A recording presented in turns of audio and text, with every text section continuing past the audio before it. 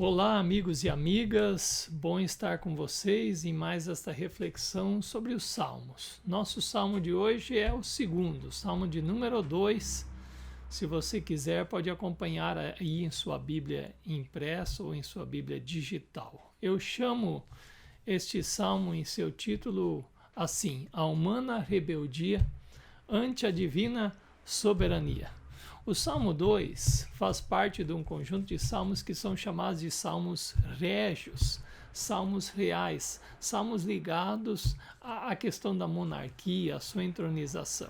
E nós logo vamos perceber que estes salmos retratavam, é claro, o ideal de um rei terreno dentro do contexto do povo de Israel, mas que visualizavam, já que esses reis terrenos não cumpriam esse ideal, visualizavam alguém maior. Portanto, também tem essa dimensão do ungido, do Messias, do esperado de Deus. Se você acompanhar comigo, você vê que este salmo se divide assim. Do versículo 1 a 3, nós vemos que fala da conspiração inútil contra Deus. Dos versículos 4 a 6, a reação, o riso e a ira de Deus. Do versículo 7 a 9, a ação de Deus. Ele delega a autoridade ao seu escolhido, ao seu ungido. E este salmo termina dos versículos 10 a 12 com uma advertência, um convite à sujeição, à submissão e bem-aventurança.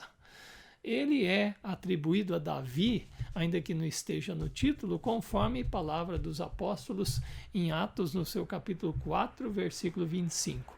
E é um salmo que nos ajuda, observe aí comigo, a refletirmos sobre algumas perguntas. Por exemplo, vale a pena entrar numa briga que é sem sentido? Qual é o papel ou qual o significado de Jesus e do Deus Pai nesta conjuntura de poderes do mundo? O que é a verdadeira liberdade? Há uma rebelião descrita aqui no início desse salmo. Não é de pessoas individuais, mas de poderes constituídos. Na verdade, esta rebelião já tem lugar na história da humanidade desde o seu início, porque quando Adão e Eva pecaram contra Deus, não ouvindo as suas orientações, desencadeou-se uma rebeldia que não ficou ali, mas que tomou proporções globais, universais. E o slogan destes poderes que se rebelam contra Deus está no versículo 3, que diz o seguinte: rompamos os laços com Deus, sacudamos de nós as suas algemas. E não é de hoje que tal slogan está aí pelo mundo. E Deus, diante desta rebeldia, diante desta conspiração de poderes, ele reage em primeiro lugar, conforme lemos do versículo 4, lá dos céus, ele ri-se, ele zomba. E não é apenas nesse texto, mas em outros textos também dos Salmos, quando fala dessa dimensão de inimigos, Deus se ri das artimanhas, das articulações do mal, julgando assim: será que eles pensam que podem deter o meu reino? E Deus, além de se rir, ele também emite o seu juízo, a sua ira. E a sua ira não é pouca coisa, não é apenas um Deus que fica raivoso, mas ele convoca aqueles que estão se rebelando. No versículo 5 fala: na sua ira, a seu tempo lhes há de falar. Sabe o que isso significa mais no sentido original? Deus chama a pessoa para uma conversa face a face. Você consegue imaginar isso, meu amigo, minha amiga? Quando Adão e Eva, logo após pecarem, foram chamados para estarem face a face com Deus, o que eles fizeram? Eles se evadiram, eles fugiram, eles se esconderam. Sim, então Deus com isso está mostrando toda a sua significância neste mundo que é seu. Após a descrição da ira de Deus, vem a sua delegação de autoridade e poder. Então o Salmo diz, no versículo 6, eu constituí meu rei e proclamarei, como um outro narrador falando, o decreto do Senhor. Ele me disse, tu és o meu filho, eu hoje te gerei. Na entronização de um rei terreno naquela época, essa era uma palavra que, por exemplo, foi dita quando Davi foi entronizado.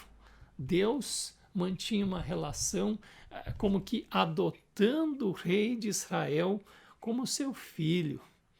Assim, ele fez de forma mais profunda com a pessoa de Jesus Cristo, porque no batismo de Jesus, na sua transfiguração, e depois também, quando os discípulos refletem sobre morte e ressurreição de Jesus, esta expressão é repetida, falando-se de Deus, falando do Filho. Tu és o meu filho, eu hoje te gerei. E mais do que isso, mais do que dar autoridade a este filho, Deus lhe concede pedidos. Deus lhe dá essa autoridade e diz, pede-me e eu te darei as nações como herança. Há uma dimensão missionária nesta palavra, porque quando Jesus despediu-se dos seus amigos, ele lhes disse, toda a autoridade me foi dada pelo Pai.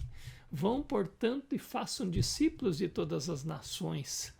E mais do que isso, em Filipenses, Paulo, interpretando essa autoridade de Cristo, disse para que ao nome de Jesus se dobre todo o joelho sobre toda a terra.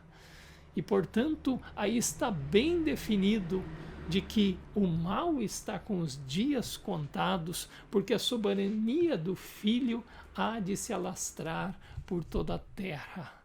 A propósito, é muito interessante a gente perceber Deus no céu, ele ri-se, ele ira-se, ele delega, demonstrando que com o Filho na terra forma uma perfeita unidade que se concretizou em toda a obra de Jesus, enquanto aqui conosco, em sua obediência até a cruz, em sua ressurreição.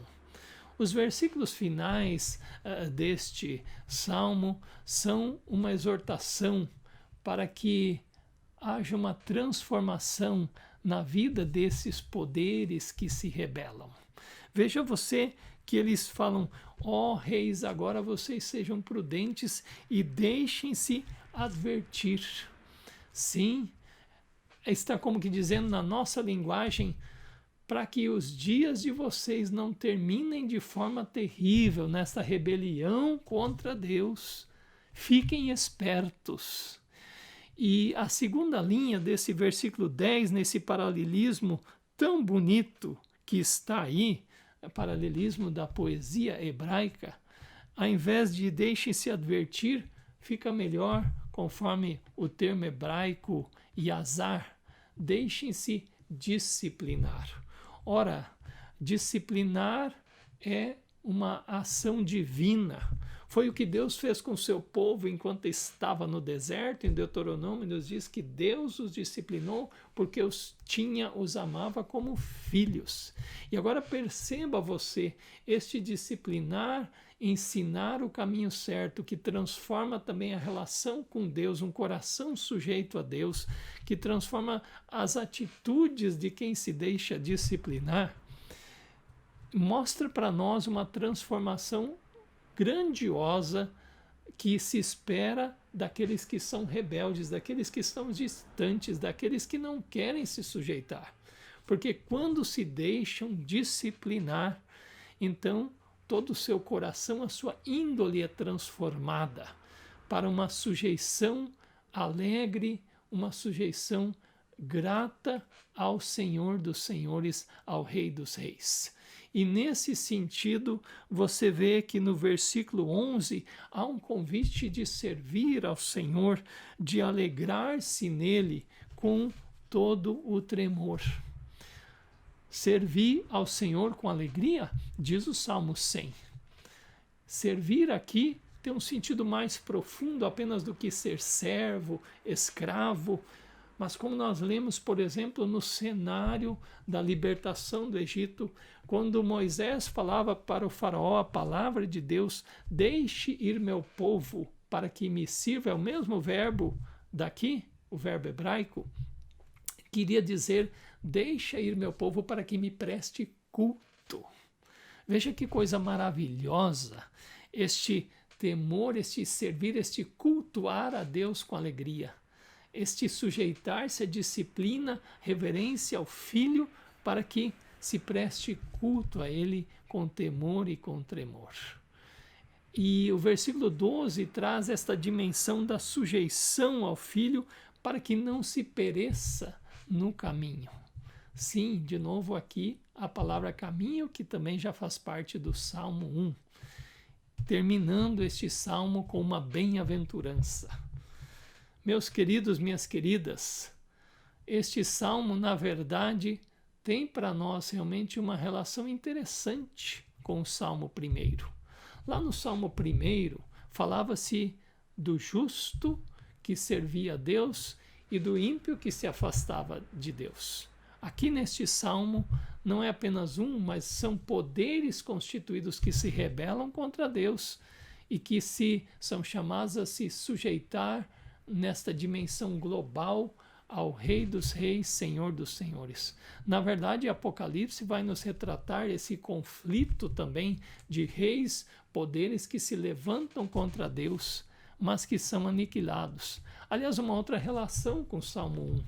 No versículo 9 desse Salmo 2 é dito que esses que se rebelam contra Deus serão despedaçados como um vaso de oleiro. Lá no Salmo 1 fala que os ímpios desaparecerão como a palha.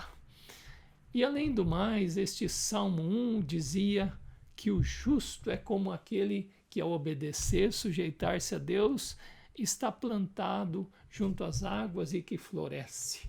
Aqui, essa dimensão maior, o justo é Jesus. Jesus que mais do que estar plantado num lugar junto às águas, é delegado como rei soberano sobre todo o mundo. Como eu lembrei antes já, para que ao nome de Jesus se dobrem todos os poderes. O que é a liberdade, meus queridos, minhas queridas? É a sujeição a Deus. Vale a pena uma briga contra o Criador? Não. Vale sim sujeitar-se a Ele, deixá-lo disciplinar e sujeitar-se ao Filho nesse seu reino de amor, de justiça e de paz. Por isso, assim como o Salmo 1 começa com uma bem-aventurança, o Salmo 2 termina e ele diz: bem-aventurados são aqueles não os que se afastam, os que se rebelam contra Deus e o seu ungido, mas os que nele se refugiam. Você tem se refugiado neste Cristo ungido de Deus? Busque a Ele, experimente essa sujeição, deixe-se disciplinar pelo Senhor e experimente o seu amor, a sua paz, a sua segurança, a verdadeira liberdade. Deus lhe abençoe. Melhorou?